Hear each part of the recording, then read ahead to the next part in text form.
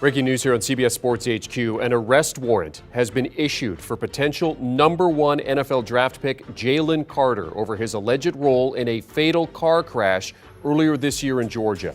The Athens-Clarke County Police say Carter, a standout defensive lineman for the Bulldogs, was racing staffer Chandler LaCroix in the early hours of January the 15th, and they are charging him with reckless driving.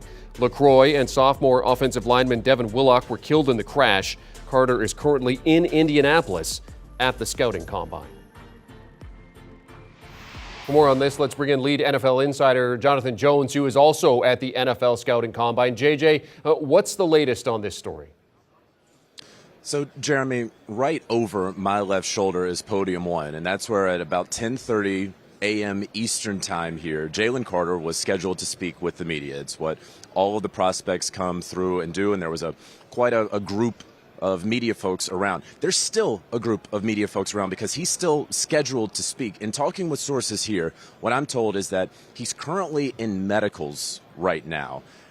That's what's being said. It is very, very difficult to believe that he ultimately is going to speak to media. It is not normally good practice once arrest warrants are put out for you that you then go speak on the record with media who no doubt will be asking you these questions. And so while folks are still around that podium, folks are actually dissipating because there's the realization that he ultimately is not going to be speaking. So what I'm told is he is in medicals right now, and we will see what winds up happening. But any sort of thought that Jalen Carter is going to be speaking today, addressing these issues in any sort of formal way where there's going to be a back and forth question and answer, find that very difficult to believe right now. JJ, there are obviously more important things at play here in terms of, this situation overall. But when this news broke, obviously there must be some kind of chatter at the combine. I mean, what are you hearing amongst the people that are there?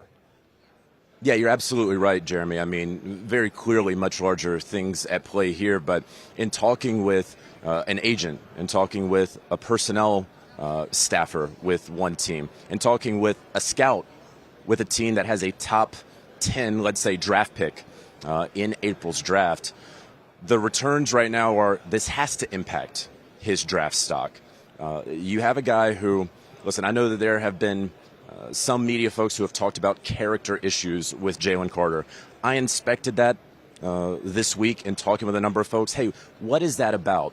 And the thing that I was told was he's not a bad kid. There's just a lot of prima donna, if you will, associated with him. Now, that's what folks here at this combine have told me about Jalen Carter before this news came out. Many, many folks were saying that there were some flags. I won't even call them red flags necessarily, but if you were going to take him with the #1 overall pick, you would have to do an incredible amount of due diligence. Now this comes out. And when I was talking with folks earlier in the week, there was no sort of understanding or belief that, hey, there's more that's going to drop. This drops, and it has absolutely shaken up the scouting combine right now. I do not and did not anticipate that anyone in NFL circles knew that this was going to happen, but this just adds another layer for Jalen Carter, who, while teams have not set their draft boards, and so you can't say whether he is or is not on a team's draft board right now, there's going to have to be a ton of inspection moving forward. Of course, the police investigation will have to continue. The legal process will have to play out.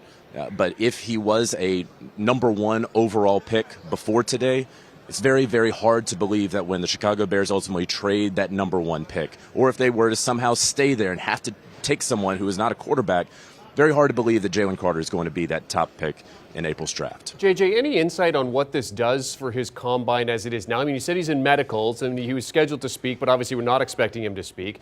But I mean, what does this do for his week now? I mean, does he stay? Does he go? What happens for him moving forward now?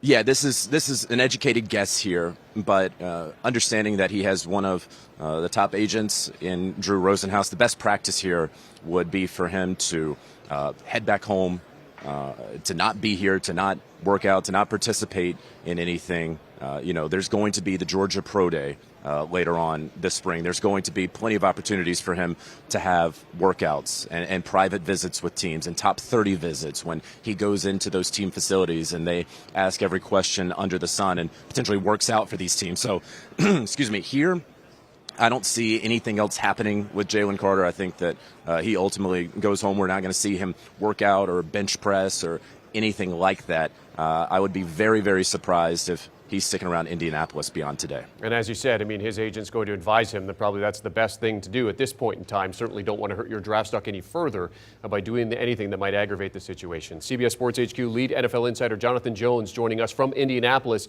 at the NFL Scouting Combine. Jalen Carter situation developing there at the Combine. Thanks for your insight, JJ. Always appreciate it. Do you want a sports network that delivers everything that matters about the game? The highlights, the picks, the instant analysis, no yelling, no fake debates, no politics. Hit the subscribe button and never miss a moment.